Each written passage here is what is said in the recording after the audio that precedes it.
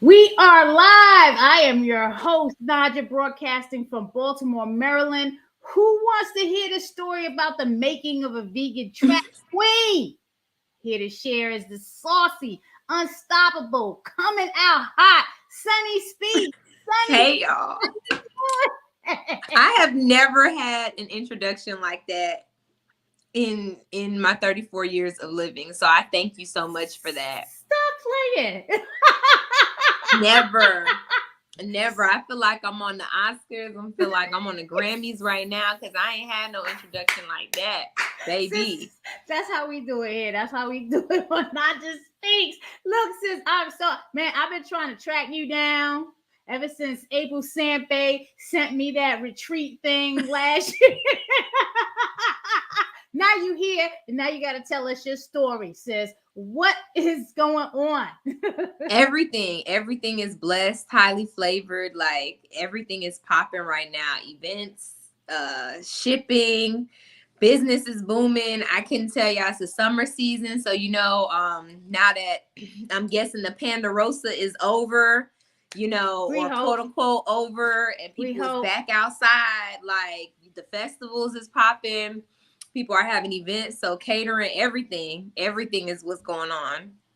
Well, Sunni, I was on your Twitter and I found this picture that I hope you don't mind me sharing. Is that you, or was that you? That is me. I feel like I'm on Maury right now. Is this your baby? Look. For those of y'all watching the replay, yeah, this is what it's all about. That is me, circa 2013. Cut off all my locks, so this is my second lock go around. Looking beautiful. So, Sunni, tell us your vegan story. Why did you become vegan?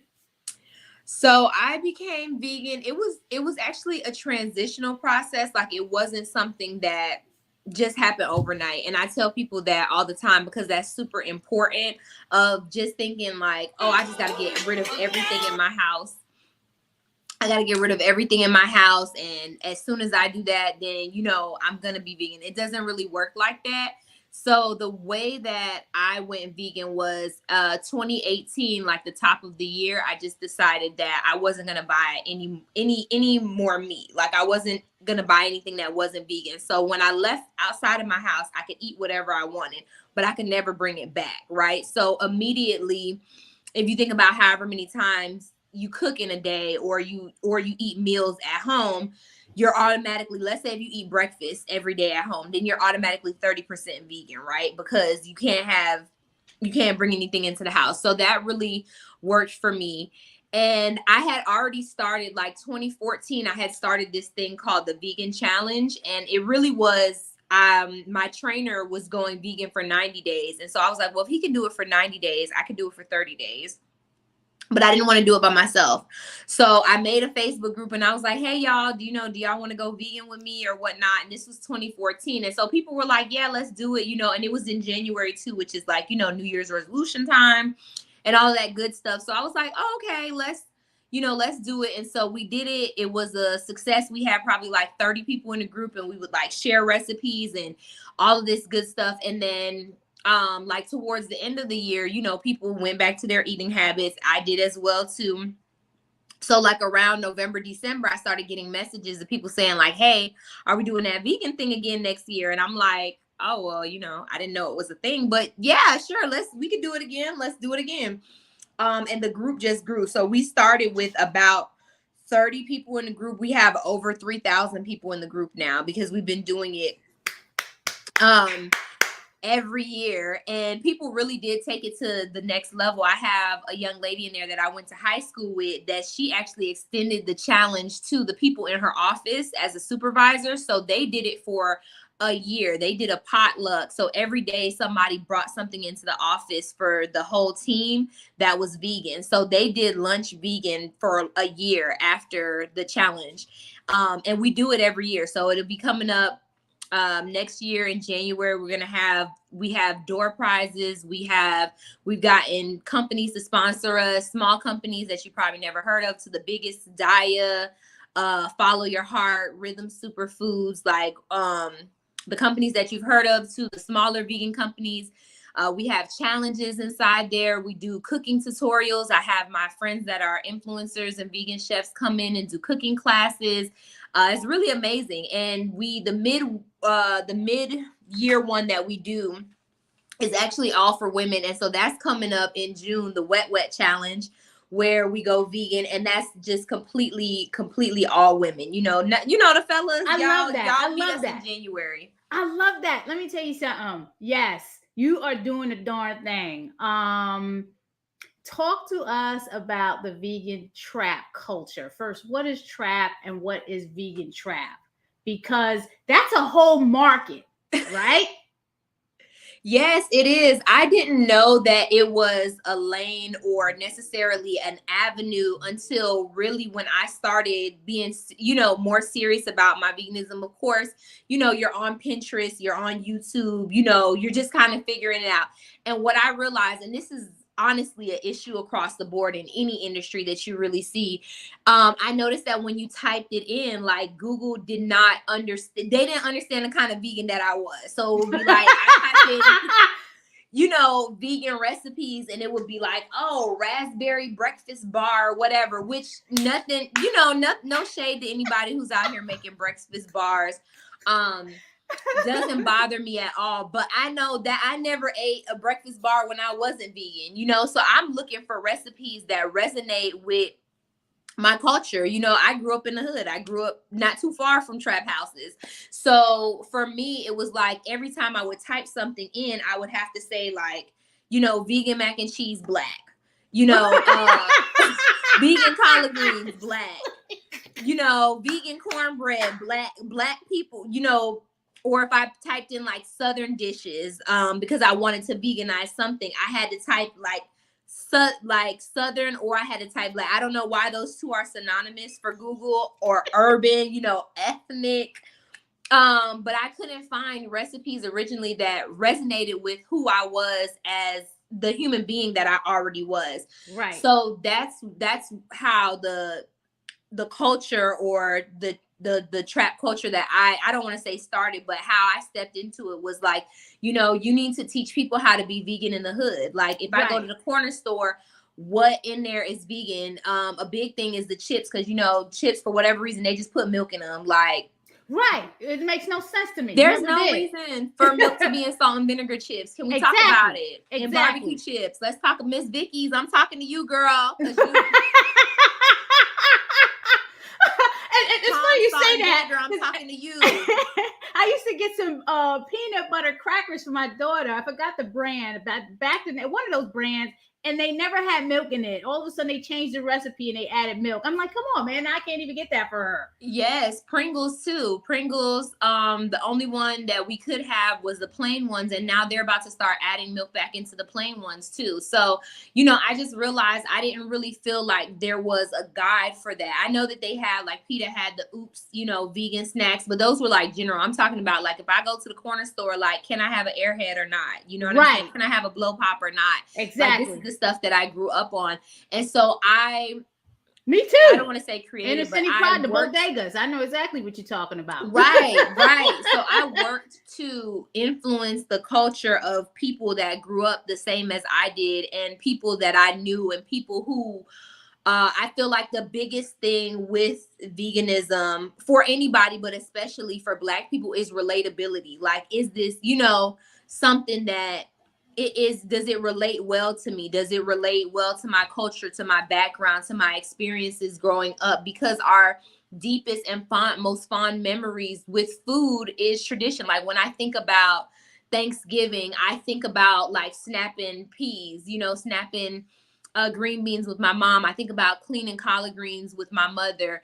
I think about, helping her boil the sweet potatoes. So it was like, if I have to give up, if I got to eat a Nutri-Grain bar at Thanksgiving, like, girl, I'm not about to do that. Like, let's just be very clear. Run away from you like, oh, she done gone mad. And then so many people just didn't understand it. I remember when I first came home, before I even went vegan, when I was just, because I went to a HBCU, I went to FAMU. And so there's a HBCUs, shout out. HBCUs, baby. My husband went Rattlers to Morgan. stand up. Rattlers He's stand he's up. a Morgan Yes. grad. Yeah, so HBCU in the house. Yes, HBCUs in the house. So it was for me, like when I started seeing, that was the first place I started seeing people, you know, wearing their natural hair, and you know, people were vegetarian and vegan and stuff like that. And I was like, oh, okay, but when I came home and I was just like, you know, telling my dad, I'm like, you know, we're oppressed minorities, you know, that episode of like, we need to move back to Africa, you know, we need to stop eating meat. You know, my dad was like, so you a Muslim now? I'm like, what? I'm like, what does that have to do with anything? You know, he was like, oh, Jesus, you know, fed the people fish with his hands, and now you think you know more than Jesus. I'm like, how Black people did we get here? Like, I'm just saying, you know, I don't want to eat meat and stuff like that. And so you can't be religious and not eat meat. You know what I'm saying? Like, I don't know. I'm not going there. But again. Yes. So with that being the case, I just felt like we needed more recipes and we needed more things to just make it relatable to the culture. To hood culture, to be honest. I say trap, but I really mean hood, and that's been the goal since day one. Is I just felt like you can't go to the hood to somebody who's eating a hot sausage and a pickle egg, which I used to love pickle eggs, so this is no tea and absolutely no shade, and be like, take that, slap that out your hand and give you Brussels sprouts. You know what I'm saying? Because they like, you know, what is the Brussels, like, is that cabbage? It's a process. There's levels to it. Yeah, like, let's take some steps. If you can give me a really good mac and cheese, you can give me a really good collard green that, you know, is vegan, like, a lot of people will really rock with it because it doesn't have the side effects that they're used to. So that's really how I started, just starting with what I already knew and making it vegan, you know? I'm loving it. I'm loving it. So the mission of Sunni Speaks, and when I saw Sunni Speaks, I'm like, yeah, we on the right way. Let's not just what is the mission of your brand? Please tell us. We're bridging the gap between health and the hood. Wow, that's simple. Bridging the gap between simple. Health and the hood. Talk about the books that you have authored. You have a couple books. When I saw you in San Antonio, you had a couple of books. I think cookbooks, definitely. 6 of them. I have 6 books actually. Damn. Okay. slow your roll. 6 books. Congratulations. How are they resonating with your target audience? Did you write each book for a different audience, or was it a different topic? Talk to us about each of the books. Oh yeah, so all of my books, I think I just really looked and said what's missing from the market and what is important to people. So my first, this is not my first book, but my first cookbook, 21 Fresh, is 21 recipes. It's 7 regular vegan recipes, 7 raw vegan recipes, and 7 Dr. Sebi alkaline recipes. And I created that one. That was really at the beginning of my vegan journey. And so I created that one for people who just, it's really like a beginner's guide. So if I just want to take 21 days or a month or whatnot and be vegan, and also looking at healthier options, because to be very clear, vegan does not mean healthy. Let's clear that, dispel that rumor. Oreos are vegan, soda is vegan, Hawaiian Punch is vegan, and none of those things are good for you, right? Thanks for clarifying that. Thank you. Yes. So vegan does not mean healthy. Vegan just means that no animals were involved in it. So I wanted to have that option where people could look at veganism and look at a healthier option. So that is like a beginner's guide. That comes with a grocery list. That comes with each recipe telling you this is the hardware that you need. This is the produce. Even the grocery list is separated: produce, spices, fridge. So you don't have to circle the grocery store, novelty items, you know, all of those things are separated. So you're able to see it really clearly, create your grocery list for each week, whichever week you decide to do. And there is a playlist to cook with. All of my cooks have, yes, because Black people listen to music when we cook. Oh, we getting all that. We get Black Veg is going to support. We getting all the books. Yes. So that's my first book, and people love that book. It's available for digital download. You can go to the link in my bio on Instagram. You can go to my website, sunnispeaksvegan.com, and you can click on it, and it downloads directly to your device, whether you want that on your phone, your tablet, or your laptop, and then from there you're able to print it out yourself. You can do no color if you don't want to ruin the ink on your printer, and you have the cookbook entirely. So I love that. The playlist is available on Apple Music and Spotify, and it's incredibly diverse. So you might see a lot of artists that you already know, like CeeLo, like Ace Hood, like Bad Bunny, and then you'll see some people that you don't know. We have Les Nubians, which is What? yes, it's a French R&B soul group. Yes. There is Puerto Rican trap music on there. What? You know, I'm half Puerto Rican, man, so you shouldn't have said that. Yes, Brazilian samba music on there. Of course, you know, we have hip hop and everything. So it's a very diverse playlist. My second cookbook that I made is called Home for the Holidays: Recipes for Every Black Ass Occasion. I made that cookbook because the first cookbook was a lot of like healthy recipes, but I don't want to say it didn't have that soul, but it didn't have that relatability for the people as I felt. So I made this cookbook really, so if you're just going vegan and you want to survive any Black occasion, you should be able to go to this recipe book and be able to survive anything. So if it's Christmas time, there's a honey baked ham recipe in there. If it's the summertime, you got barbecue baked beans, you have potato salad in there. If it is Thanksgiving, there's dressing in there. There is a turkey recipe in there. You have your banana pudding, you have your sweet potato pie. If it is New Year's Day, you have your greens, you have your fried fish recipe, you got your black eyed peas in there. And then what I really love about that cookbook, which also has a playlist as well, which is a cross between a Black holiday playlist and a clean the house playlist. So you have Luther Vandross' Never Too Much, you got Zoom by the Commodores, TLC Sleigh Ride, Eartha Kitt, Santa Baby. You have this Christmas, the Donny Hathaway and the Chris Brown version, Mariah Carey, All I Want for Christmas Is You. You got Outkast Players Ball. I'm getting all that.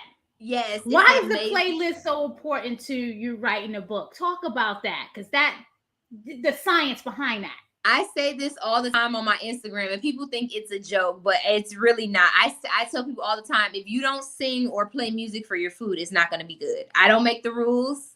Those are the Black cooking rules. If you do not play music for your food, it's not going to be good. So I think already as a culture, we, and like you said, you're half Puerto Rican. All my friends that are Latin, and we go over there Saturday morning, it's cleaning up. It's salsa time, baby. You got to sweep and you got to sway them hips at the same time. So we all culturally do these same things across the diaspora. So I felt like it was really important, and it just made sense. Most people cook to me, no matter what color you are, you cook to music anyway. So I've just taken really the excuses away. You got your playlist already. You have the setup for the ingredients, and all you have to do is just get in the kitchen and cook. And what I really love about Home for the Holidays too is the last section of the cookbook actually is a section that shows you how to transform your holiday recipes into brunch recipes, because because people y'all be really too anxious to throw them Thanksgiving leftovers away, and I don't like that. Like, you've been waiting all year for this good food, and then in 4 days people are like, oh, you still eating that? I'm like, absolutely. I love leftovers. So there's ways how you can transform it. There's a ham and a savory dressing waffle, banana pudding oatmeal. You have a pot roast grit bowl. So there's a lot of different recipes. You're making me hungry. I'm sorry, Sunny. Yes.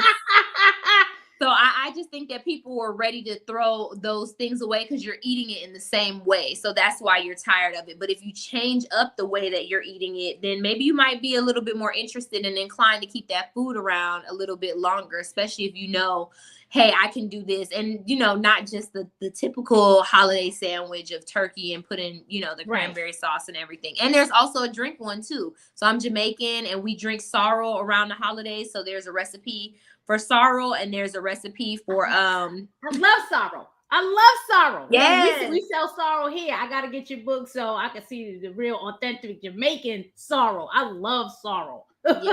yes, it's crucial and it's important to the culture. So yeah, I threw it in there.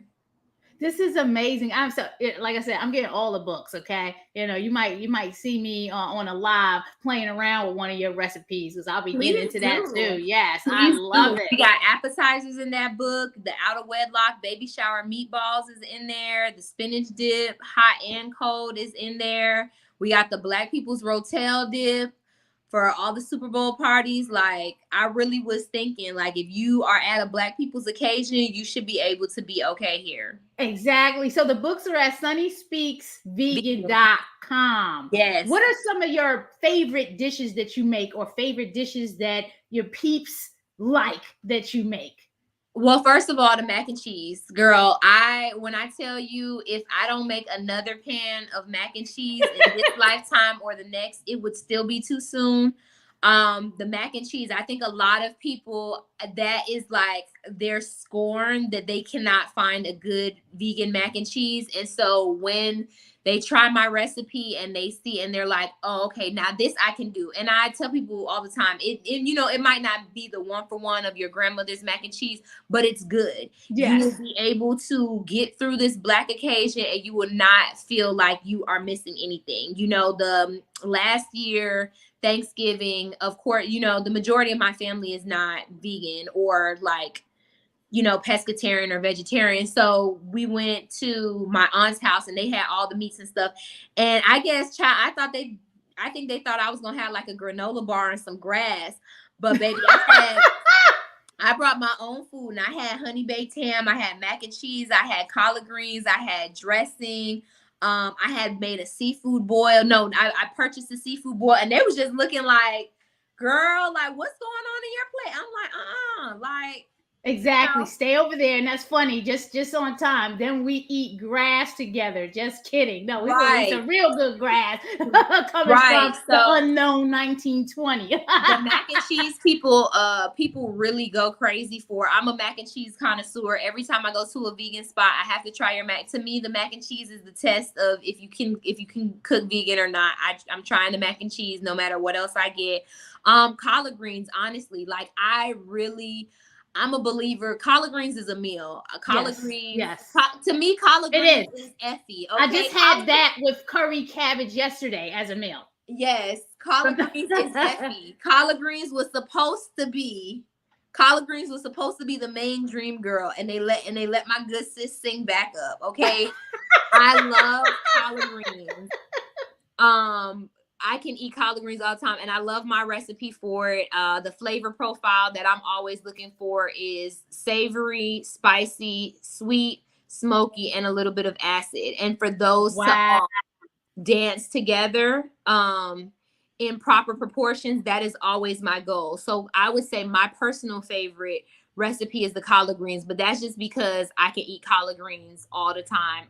The potato salad recipe is really good as well. And what else? The Black people fought me on the banana pudding recipe, but I think I found a happy medium because like 50% of Black people say that bananas don't go in banana pudding, and yes, they do. Yes, they do. I love banana pudding. A good banana pudding. Yes. So I think I might have solved the quarrel between the two, and I definitely put bananas are optional because I did not want to be fighting with nobody's grandma about how this is supposed to go. But people love that recipe. Like I said, the mac and cheese for sure. I love the dressing. I'm a big carb lover. I know when you go vegan, you're not supposed to sub out with carbs, but I love me some carbs, baby. So I love that recipe. I don't do it very often, but I really like the honey baked ham recipe as well in home for the holidays. For 21 Fresh, I'm going to say the coconut curry because I'm just a curry lover. Like I said, I'm Jamaican, but I do not discriminate. I love everybody's curry. I love Thai. I love Malaysian, Japanese. I love Nigerian, Trini, everybody's curry. So that's my personal favorite recipe. The people's favorite is the slim thick oatmeal and the barbecue jackfruit with the Sriracha coleslaw sandwich. Now I'm not a coleslaw fan, but that coleslaw that I make is really good. So you definitely, I would say when you get 21 Fresh, try that recipe first. Even if you just make the coleslaw, it is a Sriracha cilantro coleslaw. and it is incredible. It has fresh cilantro, red onions. Oh man. It has sriracha in it, a little bit of agave, fresh cracked pepper. And if you like coleslaw, this one will definitely blow I your mind. love it. I love it. I don't like it, but I only love like that it with a sub. Like, so if I'm having a cheesesteak, that would be like the side that I like. I don't like with fries. See, my husband and my daughter, they're fries people. I'm not big into fries. I don't like fries. I like salads with my subs or soups with my subs and sandwiches. So the coleslaw would go with one of those subs. Definitely try it. See, you're making me. Are you hearing all of this, y'all? Look, Sunny is making me hungry, and we still got a whole lot to talk about. Some challenges. I mean, we all go through the challenges with advocating for veganism in our community. What are some challenges that you face, and how did you overcome the challenges, or how are you overcoming the challenges that you're facing in the community? Well, in general, it's just hard when you step out, especially when you're at events that are not like vegan events. So when you're at these larger festivals and stuff like that, and you're the only vegan vendor, it can go well for the people who don't eat meat and stuff like that, but then other people will just kind of pass by and not really give you a chance. And so to be honest, I don't tell them. Like, I did FAMU's homecoming last year, and I was a vendor out there. I will be out there again this year. And I just was not telling people. I had oxtail and mac and cheese egg rolls. And so people, I had something that was like very alert. Yes. Oxtail, mac and cheese, soy free, might I add. I love it. I love it. And we had barbecue rib and mac and cheese egg rolls. And so people just saw that, and they didn't ask, even though my banner says, vegan Trappin and all this other stuff. A lot of people did not ask questions. They just came up and was like, "Oh, let me get this. Like, I want that. That sounds good." Exactly. And so that's one of the challenges that I get. And I did have one lady that was like, "Oh, I didn't know this was vegan." I was like, "Oh, well, your order is already in, so." I want to know what area this is in. I mean, because we don't have that problem up here in Baltimore. Baltimore, they are looking for the vegan options. And girl, if they see you north at a festival and you're the only one, it's like you're gonna get everyone. Girl, we in the South, honey. And that's what I tell people all the time. When I tell people I'm from Miami, not from Florida, and they're like, "Well, what is that?" Miami isn't Florida, but yes, it's the same thing as when you're in a blue city in a red state, it's very different, right? The same thing people say, "I'm from Atlanta, I'm not from Georgia," because outside of 285, it ain't right. Same thing, I'm from Houston, I'm not from Texas, because wow, okay. When people say like, "Oh, Texas and Florida are like the crazy states and stuff," I'm like, yes, but not Miami, because it really is culturally South Florida is very different from the rest of the state. Like, when you be seeing stuff and it's like, oh, somebody, was eating their toenails on the sidewalk.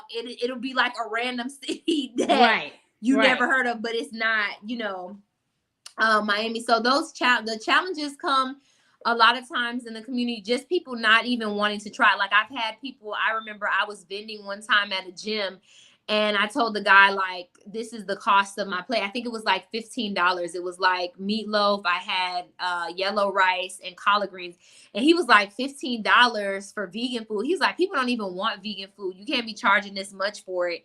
What? And I was, in my mind, I'm just like, sir, if you broke, say you broke. Exactly, because he hasn't even been researching the trends on what's going on. People are looking, in Baltimore alone, 27% of the population, which last I checked was about 600,000, they're looking for vegan and vegetarian options. So it's definitely growing. It's plant-forward future. So people, y'all better get it together. It's a plant-forward future. People are looking for vegan food. And I tell people all the time, too, what's really important, and it's something that I don't think people, especially someone with his mindset, think about, is I don't just cater to people who are vegan, right? So let's say if a person is, like, a lot of my clients are pescatarian, right? So they're not going to eat regular meatloaf, but they'll eat my meatloaf because they don't eat meat. Or someone has a dairy allergy, right? Or, which, we all know all Black people is lactose intolerant because you eat ice cream, you got the BGs and all that. That is an allergy, Black people. Let me just say, if you have to take a pill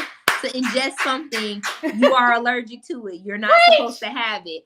But so it's not just vegan people that I'm catering to is people with allergies or people who can't have this or they can't have that, or they prefer, you know, not to eat meat, or they only eat, you know, there's the pescatarians who, well, I only eat chicken when my mother fries it, or I only eat turkey on Thanksgiving. You know, we have all of those kind of people. So we're catering to those people as well too. And I've noticed a bigger trend as well with a lot of my friends. Like I said, I'm 34, I'll be 35 this year, that a lot of their kids don't want to eat meat. Like they either don't, let me tell you, this new batch of kids. Yes. The evolution. I don't know what generation of we children. on. XYZ, Gen Z, or whatever. These new kids, they are different. They don't want to eat meat. They're not explaining to you why. And you need to figure out something. They're telling you no. Like, no, we don't eat this. No, I don't want that. Because they know. They're coming out with the spirit and they know. See, we have a vegan daughter. She's been vegan from the womb. So she doesn't even know anything about any meat. You know what I'm saying? And milk and none of that stuff. So she's already naturally like that. You know what I'm saying? Not even candy. No, you can't come to her Halloween with some candy because she look at you like you're crazy. Like, yeah, exactly. Like, I don't do that. Kids are wanting, even my niece, actually, she's, oh my God.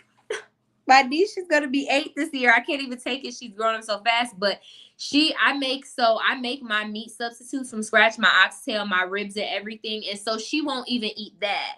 Wow. Because she doesn't understand fake meat. So she just knows to tell adults that she doesn't eat meat. And so she, you know, I'll say, oh, do you want to try, you know, this? I'm like, it's vegan. She's like, yeah, but I don't eat meat. I'm like, but it's vegan meat. And she's like, yeah, but I don't eat meat. I'm vegan. I don't eat meat. So she will not even eat fake meats because she just knows to tell adults she doesn't eat meat. Hallelujah. Ashe. That is wonderful. Okay, so the projects. You're working on some projects. Every day. I pulled up your Instagram and I wanted to share because, you know, we were looking for that flyer and you had a pretty good video on there. If you don't mind me sharing it. Yes, please do. Okay, let's see what's going on. Now, let's see. Okay, there we go. Sunni Speaks. There we go. Do we see that? Yep, we see your page. So talk to us about this vegan sexy party that's coming up. Is that April 30th? Is that April 30th in Miami? I need to connect with you because I want to do one in Baltimore DMV area. Let's do it. Let's play the video. Because I need a venue. Look at this. Can I put the sound on right there? Look at that. Oh my. Look at that. That's beautiful. Yes, so the vegan sexy party that came now skip to my little Jersey. That came about last year, Valentine's Day, and it was because I really wanted to. I didn't have a Valentine, but I was like, I wanted to, you know, take myself out on a, you know, like a Valentine's Day date. But I realized there was a niche in the market, which is that you don't have. Not in most cities, there's not a place where you can get really like nice, classy, dressed up ambiance and good vegan food, right? So most of the places where you go and it's like a super dressed up situation, the food is just okay. Like it's not bad, it's not good, but it's just okay. Like we're here for the ambiance and the Instagram photos. Or you have a situation where you can get you some really, really, really good vegan food, but you got to buy it out the back of a trap house. And it's going to be delicious. It's going to be delicious, but the ambiance is lacking. So I said to myself, I was like, well, let me see if I can go ahead and do this. Because I had a client come pick up some food and he said that he was getting it for his girlfriend, but for Valentine's Day, they were going to like Ruth Chris and she's vegan. And so he was like, well, you know, they have side dishes there. And I'm like, yeah, but don't nobody want no damn side dish. Like, it's Valentine's Day. Like, don't put my eyebrows on for just nothing, not for no side dishes. Right. So I came up with the idea. And so we did the first one in Atlanta. And it's all elevated vegan cuisine, just things that come literally directly from my imagination. The one in in Atlanta, we did a oxtail Benedict on buttermilk biscuits with cheddar mousse grits and a marinated kale salad with rose petals, served on a cutting board. So that was beautiful. And so the response was, so many people were like, what, like this, we never heard of this, you got to bring this to our city. So naturally I came and I brought it down to Miami. So that one, we switched it up. That was the first one that we did 3 courses for. So the first one we did a surf and turf appetizer. So it was yuca fries with oxtail served over chimichurri sauce and vegan conch fritters. The second course was a shrimp and fried shrimp, smoked Gouda grits, seafood boil gravy, Sriracha coleslaw. The coleslaw I was telling you about. Okay, I'm going. Yes, and so we actually, when we do the plating and we do the pictures and the photography, I tell everybody, once we get rid of, done doing the fancy pictures, you guys can keep eating. Like, people bring Tupperware, they take food home, because like I said, once we get the pretty pictures out the way, you keep eating. So the Miami party, they were so full from the first 2 courses, we didn't even get to do the third course, which was going to be a sweet potato pie empanada with a cardamom coquito ice cream. We didn't even get to do that because yes, Sunni is throwing it down. She's throwing it down in the kitchen. Yes. When is it? How do they sign up, RSVP, or whatever it is they need to do to be a part of this? Okay, so the next one is April 30th down here in Miami, and you can absolutely fly in town. I have someone that's flying in from all the way from Brooklyn, someone else that's flying in from Atlanta. So on my website, sunnyspeaksvegan.com, we have the Vegan Sexy Party tickets, and so you can buy them single or you can buy the double. And if you buy the double, you get a $25 discount for buying 2 tickets at once. And just so you know, that's why I put double. It does not have to be a date. It doesn't have to be like a romantic partner. You and your friend can go, you and your foodie friend, you can gift it to someone, but it is also a really great date night idea, and it's something out of the norm. When we did the one in Tampa, my mentor came with his wife, and people are always, they're always thrown off by the name. So he's very, religious. And he was like, vegan sexy party. He's like, I just want to let you know, we're not going to be doing nothing with no whips and no chains. And I was like, no, it's none of that. I really took the term from, like, how they say grown and sexy. Like, when you go to the club, they'll be like, okay, no sneakers, no this, no that, because it's a grown and sexy vibe. So that's where I really took the name from, which is the vegan sexy party. But people took it as like, oh, they doing some crazy. No, it is just a dinner party. It's for people who really, really enjoy food. The one that we did in New York, we did one in Harlem, and I also always try to get Black-owned venues as well. So Miami, this one is going to be in the heart of Little Haiti. It's a Black-owned venue. We have a Black-owned venue for Detroit. We had a Black-owned venue for New York. We did it right in Harlem. If you're familiar, we did it 8th Avenue in Frederick Douglass, or 8th Avenue between 134th and 135th. We had a beautiful Black-owned venue. We did the first course. We did crab cakes with jerk lemon pepper okra fries. The second course, we did braised oxtail, seafood mac and cheese waffle. The last course, we did coquito cheesecake egg rolls with Hennessy sauteed plantains. You get bottomless mimosas. A whole bunch of people hungry. Like, let me tell you something.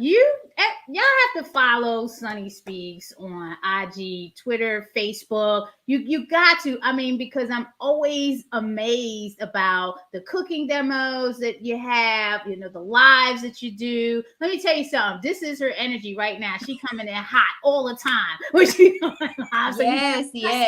That sandwich in San Antonio, man. I took a bite out that sandwich and it just like melted in my mouth. I was like, oh my God. Yes. I love flavors. I love just playing with flavors. But I wanted to say too, you can even go to more than one vegan sexy party because the experience is never the same. Every menu, as you heard me list off the things, every single menu is different. Even the mimosas, we do flavored mimosas. No city gets the same flavor mimosa. There, when you walk in the door, you get your first flavor mimosa. You get chocolate covered cherries. We have the option to THC infuse if you're into that sort of thing at no extra charge. You can infuse your meal. You can infuse your berries. but we make it different. The questions are the same, but because the crowd is different, you get different answers. I mean, the question segment was the best in New York. Like, that was the most fun. I loved the energy overall. The best at the Tampa one. I loved the food the best at the original Atlanta one. So every single one is different. The crowd is different. The flavors is different, and we're also really honing into the city as far as like what they are really known for and how can we do a spin on that. Like when we went to Tampa is actually famous for its Cuban sandwiches. A lot of people think about the Cuban Revolution and they think about Miami, but a lot of Cubans came over and went to Tampa first because it was just swampland. It wasn't an established city already. So Tampa is actually known for its Cuban sandwiches. So we did a curry Cuban sandwich with seeded mustard and tarragon aioli. Wow. And fresh Gouda, the fresh Gouda cheese on Cuban bread. We actually had a sandwich press and pressed those sandwiches fresh. It was an amazing experience. So we're really, every party, we're thinking out of the box. I'm partnering with local chefs. I'm partnering with local venues to really get a feel for the city, to see how we can bring you the best infusion of the food. The Miami one that we're doing on the 30th, we're actually doing an all Haitian inspired menu because a lot of people don't think about the influence that Haiti has had on Miami, but it's an incredible influence. And they've given so much to the diaspora as well. For those of you who don't know, Haiti is has the record, the only successful slave rebellion in the history of human beings. Yes. Right. The first free Black republic in the Western Hemisphere. Like we have a lot to learn from them, and especially when it comes to food. So we're going to be exploring that and exploring the history. We have music. We have storytellers that are coming to this one. It's in the heart of Little Haiti, Black-owned venue.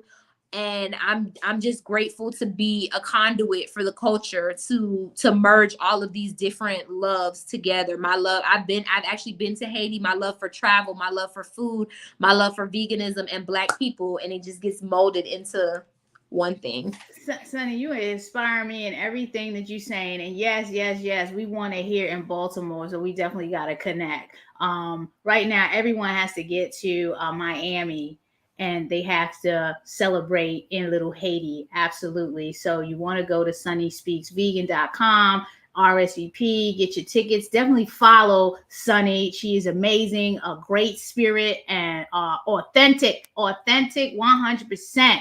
What else do you have to say or ask of the viewers before we close out? Sunny, it was a pleasure. I know you're busy because cooking is your thing and you got a multitude of projects that you're working on every day. What is your ask? Or what do you want to send to the viewers? I want you guys obviously to go follow me, Sunni Speaks Vegan, on Instagram.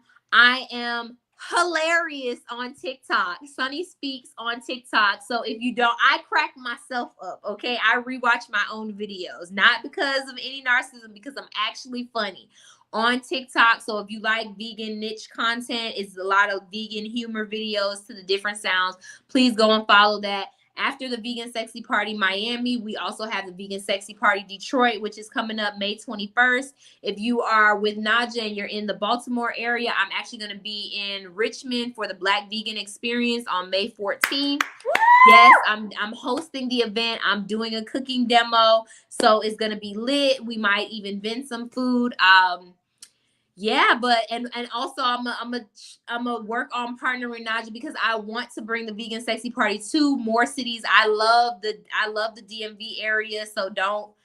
I said Baltimore, and I know you can hear by how I said Baltimore, not Baltimore. And I ain't say two. I say two. I ain't say two. Y'all know I'm not from there. It's all one area to me. But we're looking for a Black-owned space in the Baltimore DMV area, so that we can have a Vegan Sexy Party. I would love to do it in June. I would love to do the last weekend in June.